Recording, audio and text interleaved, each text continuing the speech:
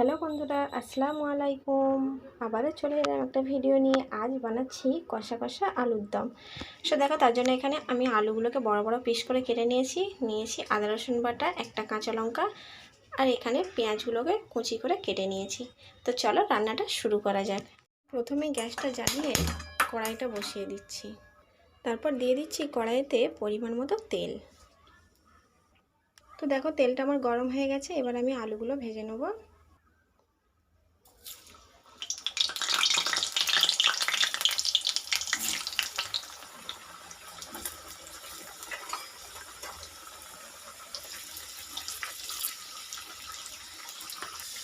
এরপর দিয়ে দিচ্ছি পরিমাণ মতো লবণ ও হলুদের গুঁড়ো।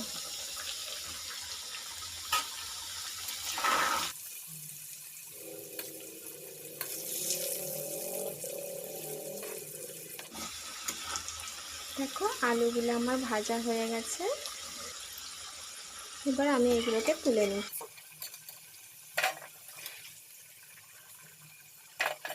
ওই একই তেলেতে দিয়ে দিচ্ছি সামান্য পরিমাণে কালো জিরে, তারপরে দিয়ে দিচ্ছি একটা কাঁচা লঙ্কা, তারপরে দিয়ে দিচ্ছি কুচিয়ে রাখা পেঁয়াজ,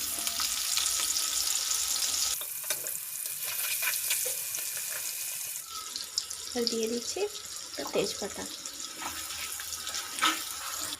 তারপর দিয়ে দিচ্ছি আদা রসুন বাটা।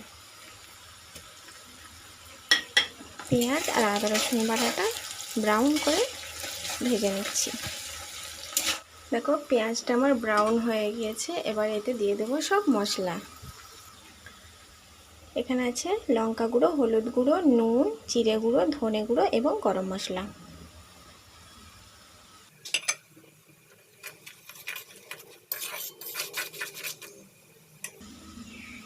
দিয়ে দিচ্ছি অল্প পরিমাণে পানি।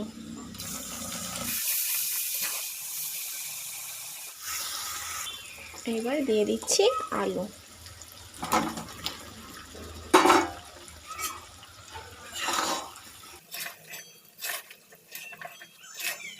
এতে দিয়ে দিচ্ছি কিছু কাজু, কিশমিশ।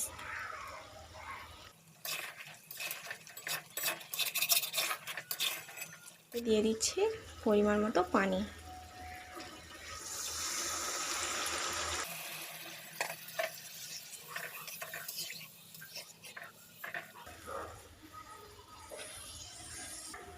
এইবার এটা রান্না হয়ে যাওয়ার জন্য ঢাকনা দিয়ে দিচ্ছি। তো চলে এলাম অনেকক্ষণ পর।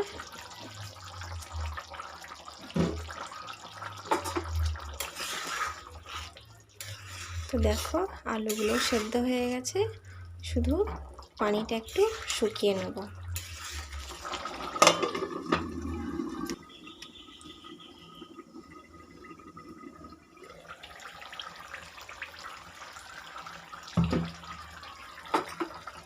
তো দেখো,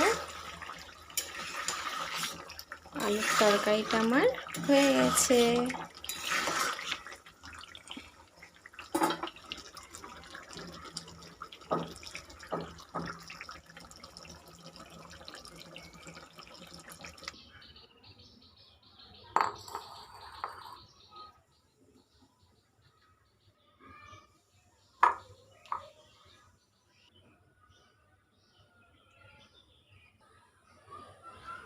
তো আজকের ভিডিওটা আমি এখানেই শেষ করলাম। দেখা হবে নতুন কোনো ভিডিওতে। তো ভিডিওটা ভালো লাগলে লাইক, কমেন্ট, শেয়ার এবং চ্যানেলটিকে অবশ্যই সাবস্ক্রাইব করে দেবেন। যারা সাবস্ক্রাইব করেছে তাদেরকে অসংখ্য ধন্যবাদ।